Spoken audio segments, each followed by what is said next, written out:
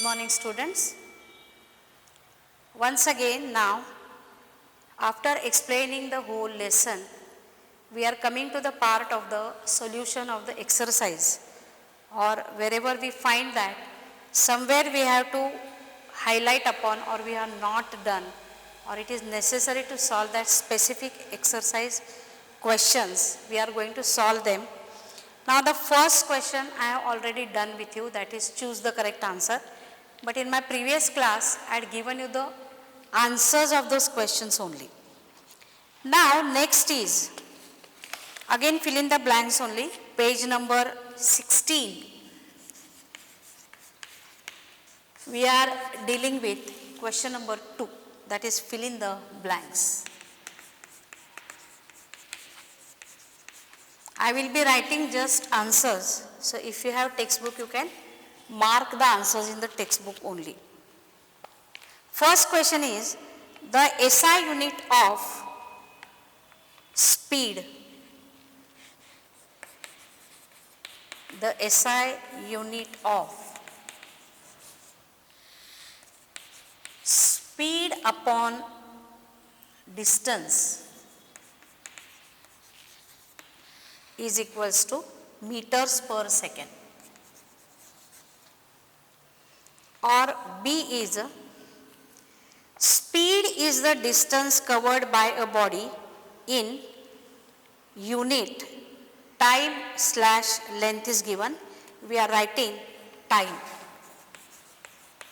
Speed is the distance covered by a body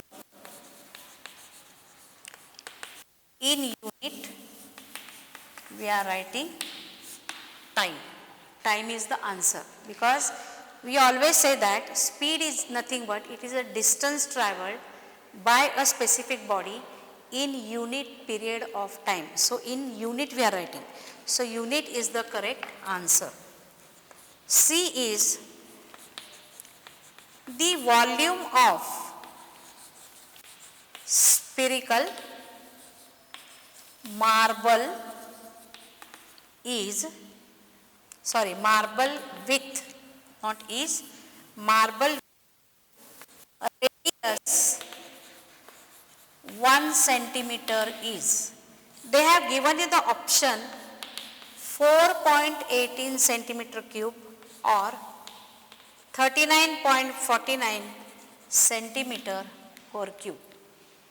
But now unless we calculate this, we will not be able to find out which is the right answer. Of course solving is not there, but I am solving it for you. So then volume of spherical, referring marble as volume of the sphere. If you want the answer, we are having the answer on page number 8 where table is been given. And in this table, if you notice, you are having the formula 4/3 pi r cube. 4/3 pi r cube. Value for pi you can take 22/7 or value for pi you can take 3.14. Any way that you want it. 4 into 3.14 into radius is 1 centimeter. So 1 cube means we are doing 1 into 1 into 1 because radius is cubed. So 1 into 1 into 1. Now when we are multiplying the terms by 1, then we will have 4 4s are 16, because this will be 4 into 3.14. Or either we can take, if you want, if you are not understanding this, you can take it as a, 1 minute, we will check whether we are getting the same answer or not. 1 into 1 into 1. So 4 4s are 16, 4 4s are 16, carry 1, 4 1s are 4 plus 1, 5, it is like 14 4s are 56, and 4 3s are 12, but we are going to divide it by 3. Now simple division by 3 we are doing.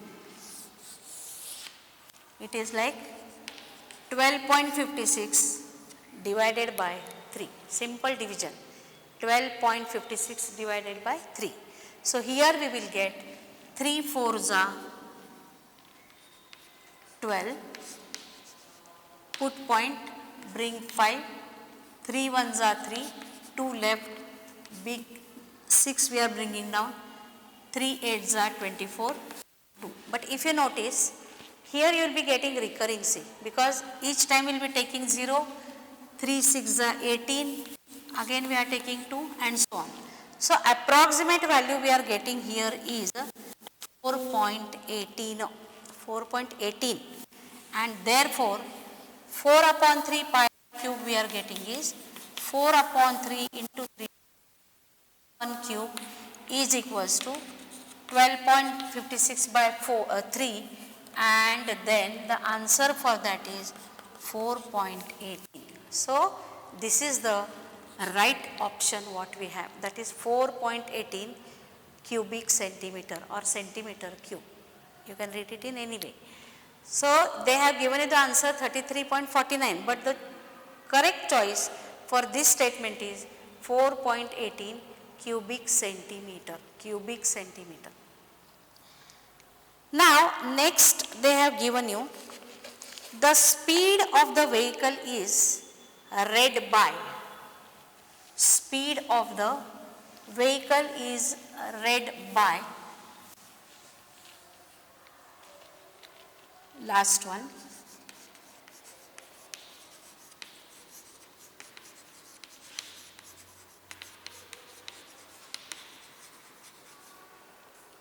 They have given it two choices, speedometer and odometer. But odometer answer already we have seen. Odometer tells you how much distance is travelled by the vehicle.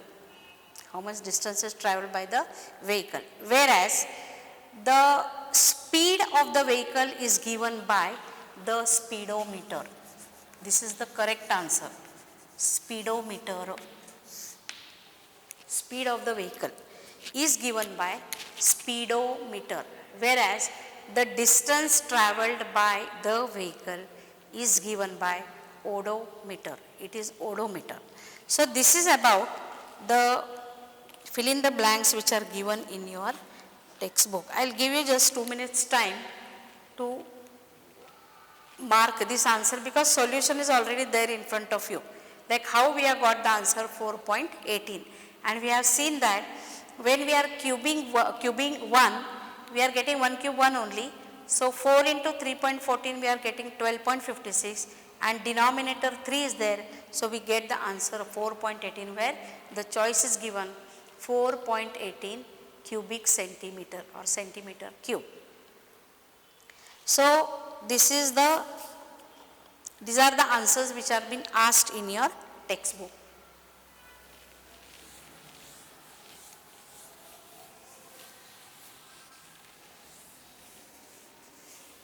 Now next is the true and false, or the true or false. The SI unit of the volume is cubic meter. Volume of a cone can be determined using formula method. Weight of an object can be measured using beam balance. Equal volumes of water and kerosene have equal masses. The particles in solids are always in the random motion. These statements I have read. So question number 3, say true or false. Say true or false. The SI unit of the volume is given the cubic meter. It is right, because volume is always taken in cube. It can be centimeter also, but here since the statement given is meter, we can say that it is the right answer. Volume of cone can be determined using the formula method, because volume of cone, we are having the formula 1/3 pi r square h. This is the formula to calculate the volume of a cone. And they are saying that the volume of a cone is determined by using the formula method. So that is the right answer. Weight of an object can be determined using beam balance, because weight of the object means that day I told you it can be cotton, it can be sugar, it can be wheat, jawar, rice, any other vegetable. So that weight, we are not calculating mass, but we are calculating the weight of the object, and that can be measured using the beam balance. Fourth one, equal volumes of water and kerosene have equal masses. Now D and E I am leaving you for homework. Of course in the next class I am telling you the answers, but as a part of the homework I am giving you equal volume. Children, see, volume is given, means the size and shape of the object. Water and kerosene have equal masses. Can it be like that? Because we had seen the other day equal mass with a different volume or equal volume with a different mass. But I am giving you a clue. But here it is said equal volumes of water and kerosene have equal masses. Think and tell me the answer. The particles in solid are always in random motion. That also you think and tell, because we have seen the properties of solid, liquid and the gaseous state, that in solids the particles, means the molecules, are thickly packed. They are thickly packed together, and that is why, see, this is a solid. So all the molecules are thickly packed over there, and therefore solids are having the shape of its own. All solids cannot have the same shape, but they will be having shape of their own. As it has to be in what shape? That way the shape they will be getting. Rectangle, square, pyramid, means the shape of it will be pyramid, or maybe just it is too long or round in shape. Many variations are there, but that shape they are getting because molecules are thickly packed, and as the molecules are packed in the specific shape, the object also will be getting the specific shape only. But that is not the case for the liquid, because in liquid the molecules are away from each other, and therefore they are not thickly packed and they are moving. Therefore we say that liquids flow. Why? Because molecules are not thickly packed. What about the gaseous state? In gaseous state, the molecules are still away from each other compared to solids. Of course solids molecules are not away at all, but in liquids they are bit away, and in gaseous state they are still away from each other, and therefore gaseous are rare. R-A-R-E, rare. Rare means invisible, and gaseous state of any matter is not visible, but you can feel it. You can feel it, and therefore by smell, and therefore molecules are away from each other. So based on that, now I have given you a clue. You can find the answer of the particles in solids are always in the random motion. Random means anyhow they are moving from one place to other. So you have to think, are they really in the random motion? And if it is not so, why? Definitions are there in the textbook: speed, volume, density and speedometer. So those definitions, of course, you can just mark in your textbook and you can learn them off. Now instead of question 6 and 7, we will just go directly to question 8. Question 8. I think we have done the first sum, not the first sum. Let us see. Now question number 8, first sum. Question number 8, first sum. Solve the following mathematical problems.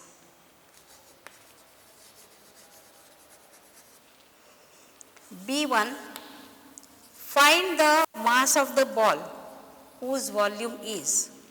So ball has I am doing B sum. A volume 200 cubic centimeter and density 3 gram per cubic centimeter. 3 gram per cubic centimeter. Volume of a ball is given, density is given 3 gram per cubic centimeter. And you have to calculate, means you have to find mass of the ball. Mass of the ball. Now we have established the relationship between density, mass and volume, giving in the form of the formula that density is equals to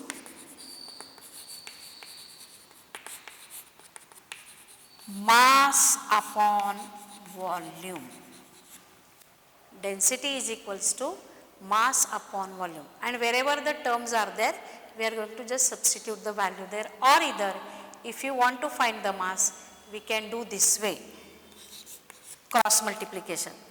This is a cross multiplication. So density into volume is equals to mass. But we have to find the mass of the ball only, and density and volume is been given. So by cross multiplication, density into volume is equals to mass. You can just substitute the value. Ball has a volume 200 and density 3. So we are writing 3 into volume is 200 is equals to mass. So 200 3s are 600 is the mass of the ball. But that mass you are going to express into the grams. So we are writing, therefore, mass of the ball is equals to 600 gram. Why gram? Because unit of measurement gram is given in the sum itself. So we are having 600 gram is the mass of the ball. So we are done this of the volume. Sum is done of the volume. Now let us do C sum. You can do this way because already that format is there with you. You can just copy it down. I'll give you the time, and then we will go or proceed further for the next sum, where you are being given the distance and the time taken to cover that distance, and you have to calculate the speed of the train. So C I am leaving you for the homework. D I am solving on the board, and this is the sum which you are going to write down in your notebook as I have just written on the board. So you can copy that sum in the notebook so that you will be able to solve sum number C in your notebook, and then I will be going to sum number D sum. Sum number D.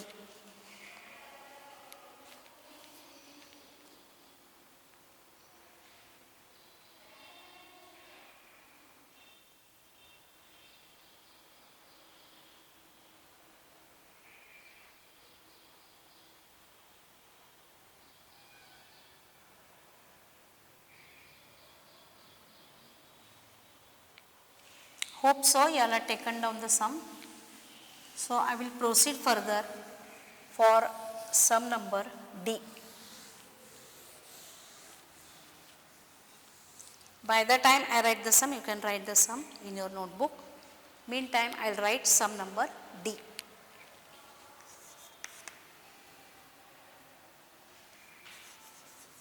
Distance between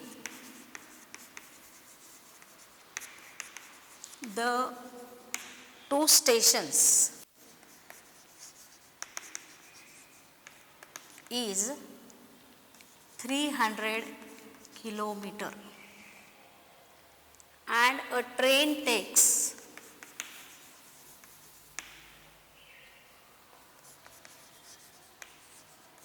about 5 hours to cover the distance.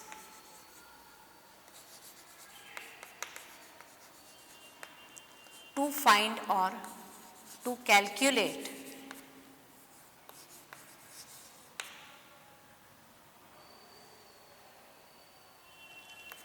speed of the train.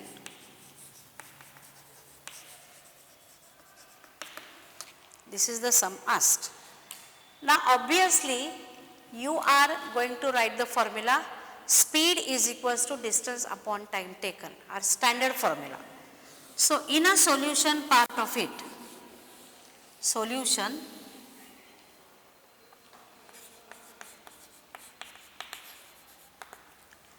speed is equals to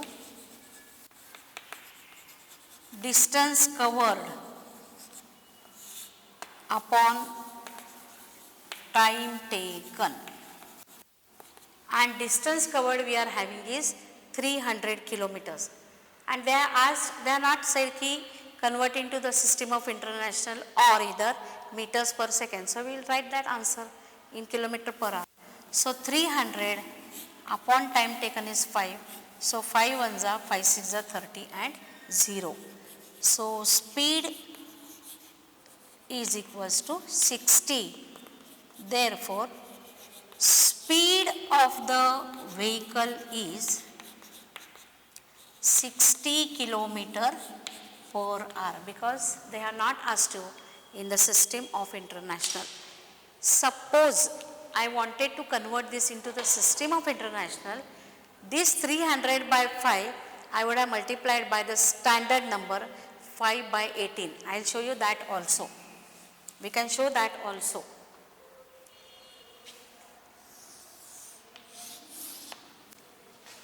Calculation of the speed in meters per second, and I told you for meters per second, distance covered upon time taken you are going to keep the same, 300 upon 5 also you are going to keep the same. What you are changing is we are dividing it by 18 upon 5, standard number. 5 by 18, standard number.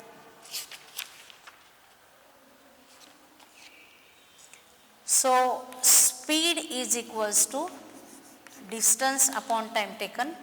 Distance is 300, time taken is 5 hours, and I am dividing this by 5 by 18 into convert kilometers per hour into meters per second. So standard number we are having is 5 by 18. Obviously this 5 gets cancelled. These numbers are divisible by 3 itself. So 3 6 are 18, 3 hundreds are 300. Then this is divisible by 2. So 2 3s are 6, 2 5s are 10, 0. Means we are getting 15 by 3. And now we can convert this into the decimal number. 3 1s are 3, 2 left. 3 6 are 18, 2 left, take 0, this will go on continuing. So speed is equals to, like the previous sum we have got the answer, 16.7 meters per second. This is the answer we have, sum number D. So you can just jot down the sum and then you will know what we have to do, and also you can try for sum number E. Sum number E. So far we have seen, like, choose the correct answer, fill in the blanks, say true or false. Definitions we have not done, and numericals we have seen, in which we have calculated volume of the object as well we have calculated the speed, and then we are saying how to convert the kilometer per hour into meters per second, for which we are taking the standard number 5 by 18, and the same answer which we had got 60 kilometer per hour, now we have converted into meters per second. And how did we get it? By multiplying the same ratio, that is 300 by 5, by a standard number 5 by 18, and we got the answer 16.7. But why did we get? Because here we are getting recurring on and on and on 6 only. So to upgrade up to 1 decimal, this is more than 5, so this is increased by 1. So we have got the answer 16.7 meters per second. So almost we have completed the first lesson, that is the physical measurement and the quantities which are being given. So next class maybe I will be starting with the chemistry lesson, that is lesson number 1. Thank you children.